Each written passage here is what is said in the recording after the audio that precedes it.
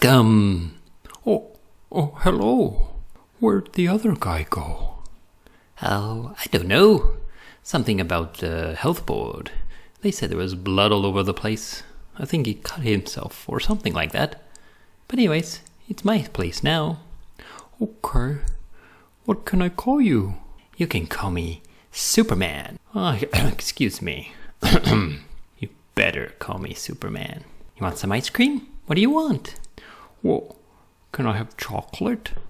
No, not chocolate here. Well, what kind can I have? Sushi ice cream. Sushi? Yeah, that's right. I make the funky ice cream that you all can move to.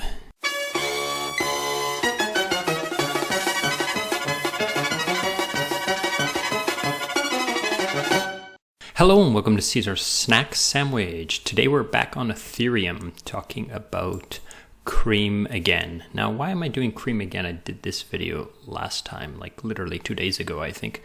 But when I was doing this video, I came across something that intrigued me, but I wasn't equipped to really talk about it, and I didn't have time to talk about it anyways. So I thought I would dive a little bit deeper into that topic and look at it a little bit closer here. And now what the topic was is if I go over to markets, right? The cream markets down here. And I go down. I mentioned it in the other video, but I didn't really get into it. And that is the SushiSwap LP as collateral. So people can use SushiSwap here to borrow other tokens, and then people could borrow SushiSwap tokens. So I wanted to understand this because there's some mechanics about SushiSwap tokens that made me wonder, like, why would somebody want to put their SushiSwap token in here when they can put it into SushiSwap, right? So I wanted to look at that more closely and figure out what Cream did with these tokens and why these tokens are here and why there are actually people depositing here, and there are actually people actually borrowing them as well. So I dug around a little bit. I asked some of the team members what was going on, and I found this article, okay? So inside this article, we have basically talking solely about the SLPs, the Sushi Liquidity Pool tokens. That's, like I said, these guys, right? So you go to SushiSwap, you provide liquidity in maybe DAI ETH or WBTC ETH or any of these pools here. And then as soon as you do that, you come here with your LP token and you deposit it into the lending, right? So this article is a little bit old. It's February 26th and it's now March 12th. So it's a little bit old, but not terribly old. So what are the benefits of supplying to an SLP to Cream? If you supply an SLP to Cream Finance, then you get 75% collateral. So you can, if you supply this, then you will also be able to borrow 75% of this value, which is pretty good collateral ratio. I've seen some collateral ratios down at 60 and some up as high as 80 or 90. So 75 is a pretty good, fair, safe amount. I think it's worthy and justified. Now, so what can you do? At the same time, you can earn Sushi, and you can at the same time earn the SLP supply interest, and at the same time you continue to earn trading fees on the SLP tokens inside SushiSwap. So what does that mean? Let's go through these one by one. So the first thing, what is this talking about?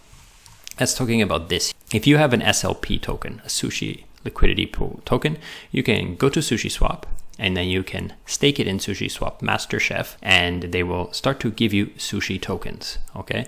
The actual claimable sushi tokens that you can get as rewards. Now, this is why I thought at first it was strange. Like, why would you want to put your LP into Cream Finance when you could put it into the MasterChef on SushiSwap and gain the SushiSwap, the sushi token, which is, of value, and it's a reward token, right? But at the same time, they say you can actually earn this reward by putting the token in here. So what Cream Finance is going to do is going to act like a vault.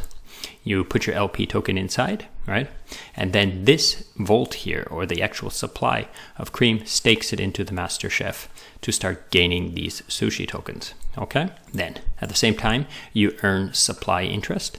So that's basically here, right? So some of these tokens have not been borrowed, and some have. So you're gaining actual interest on your LP tokens. So your LP tokens are increasing in quantity because people are borrowing them, and then they're going to have to come back and pay more for them, okay? And then the last one here, at the same time, you continue to earn trading fees. You've supplied to an LP, and that LP has some trading inside, so it's going to continue to earn those as if you had put it anywhere, as if you had left it in your wallet or staked it into the MasterChef directly, okay? So another aspect of SushiSwap is if you have sushi, and like here, so you've supplied an LP and you've gained sushi. Now what SushiSwap doesn't want people doing is just dumping sushi tokens. So they created the sushi bar, and that's a place where you can stake sushi to gain some more sushi. Okay, so they wanted to let people to lock up sushi and get sushi, what they call sushi or X sushi, which is basically here. So this vault here, this contract, this is also going to do that for you.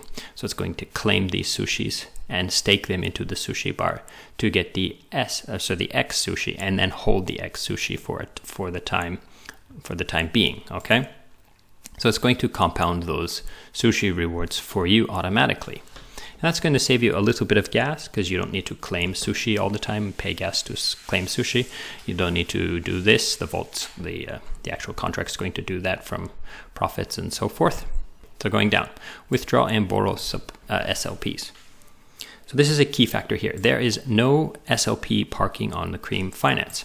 So because they immediately, as soon as you put your LPs tokens in here, then it will stick it into the MasterChef. So the actual Cream contract doesn't hold any of the SLP tokens. They're all held on SushiSwap.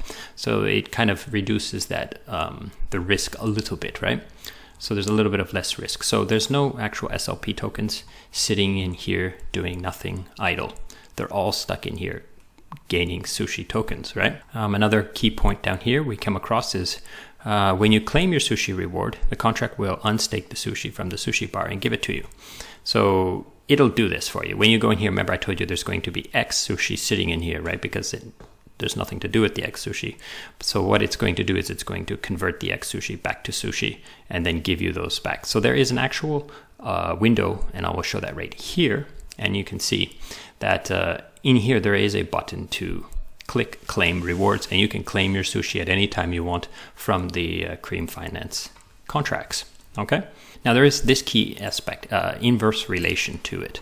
Now this is a very important part, okay, because one of the key things is, if you think, let's go to the chart here. If you think of it this way, let's say there are 10 tokens in here, 10 SLP tokens put in here by all the users or whatever. So one person, there's no one else here, just one person comes with 10 SLP tokens, sushi liquidity, and they stick them right into the MasterChef, right? So, and then someone comes along and says, hey, can I borrow some of these SLP tokens? So where is Cream going to get these SLP tokens? It's going to have to pull them from here, okay? What they call here is a inverse relationship between reward and interest. So as the reward rate goes up, so as people start borrowing more and more, and as this number starts to increase, then you're actually losing sushi rewards, because these sushi tokens are borrowed out and taken elsewhere and used for other things, and they're not staked anymore into the MasterChef here, so they're not gaining the sushi rewards from the MasterChef. So this is something you need to know when you're using it. It's not really a fault, because it's kind of like, you know, you choose one side. You know, you're either getting rewards or you're getting more sushi, which is kind of good, right? Instead of only getting sushi, at least if you're giving up some sushi, then you're getting some APY out of the deal. So this is an important thing to consider when you're deciding whether or not you want to use this. And you should probably read this a couple times to really understand what's going on here. It gives you some math and stuff, and gives you so you can do some really close calculations. But I'm not going to get into all the math right now. I think it's clear enough. Now there is one more very important aspect, and that is sushi rewards are time locked. So 1/3 is immediately claimable, and 2/3 is unclaimable. So this is one of the major downfalls of using this, and that is users may not be able to receive the locked portion. They're not exactly sure. Sushi has not set it up perfectly. They don't know what's going to really kind of happen when this end comes to play. So this is a very important consideration when you're deciding whether or not you want to do this. So it goes back to my point. Why would you do this, right? Why would you want to do this? I think the main reason why, there's two agents that would take part in this, okay? They're the people who would supply these tokens here. Now, why would they want to supply them here if they're going to lose some of their sushi and potentially lose 2/3 of it, right? If this doesn't actually come to fruition and actually work out properly. But I think it probably will, but it's just pure assumption, right? So why would someone want to put their tokens in here instead of just sticking it straight into Sushi? And that is purely for the ability to borrow other tokens. Like you might find some opportunity with any of these tokens. There's quite a few, right? Maybe ETH or some stable coin, or you want to build another LP and you want to borrow 2 tokens from here and build a different LP or something, right? So maybe you just want some short-term exposure to something. So you can borrow those tokens against your LP tokens. So that's pretty powerful. And like I said, it's 75% of the value. So that's pretty good. I think that's the main use of this for those people, right? And they're still going to get their sushi rewards. They're not giving up all their sushi rewards. They're just giving up, a little bit, because when people start borrowing it, they will lose it, and potentially giving up this 2/3. So that's interesting and important. Now, the other side, there are people borrowing. That's why there's percentages here. Like, look, this one's up to 9%. So there's quite a few people borrowing this. I'm not exactly sure why, and there's not a clear answer anywhere why people are borrowing these. But we can maybe speculate. And, if you have any speculations, please feel free to put them in the comments below. I would like to understand this better. But the things I came up with was maybe people would like to take this LP token and dismantle it and use the underlying tokens. They might find a way to make it cheaper. Like maybe it's cheaper than buying the 2 tokens or swapping for both the tokens, or based on gas or something. Maybe they already have a whole bunch of collateral and I don't know, because they're going to have to give it back eventually. So maybe they found some really good use for Wi-Fi token and Ethereum token. So they're going to take these 2 tokens, this LP, dismantle it, put the Wi-Fi in, some vault, and put the ETH in another vault or something. And who knows? This is like a strategy thing where people, they have some secret and they hold on to it, right? But, this is a pretty good percentage. So there's definitely people borrowing them. So I would like to know why people are borrowing them. So if you have any theories, please feel free to put them in the comments below. So that's pretty much all I wanted to talk about, was these Sushi LP tokens. Now, the other thing is that I'd like to remind you is that there are Uniswap tokens here. So you could borrow these Uniswap tokens and take them over to SushiSwap and migrate the liquidity and then start gaining sushi that way. So this might be an easy way to, if you just have a whole bunch of Bitcoin and you just put your Bitcoin in here, and maybe you could borrow these tokens and rebuild them as SushiSwap tokens and gain sushi tokens that way. These are all kinds of strategies you could think of and come up with, but I think that pretty much covers it.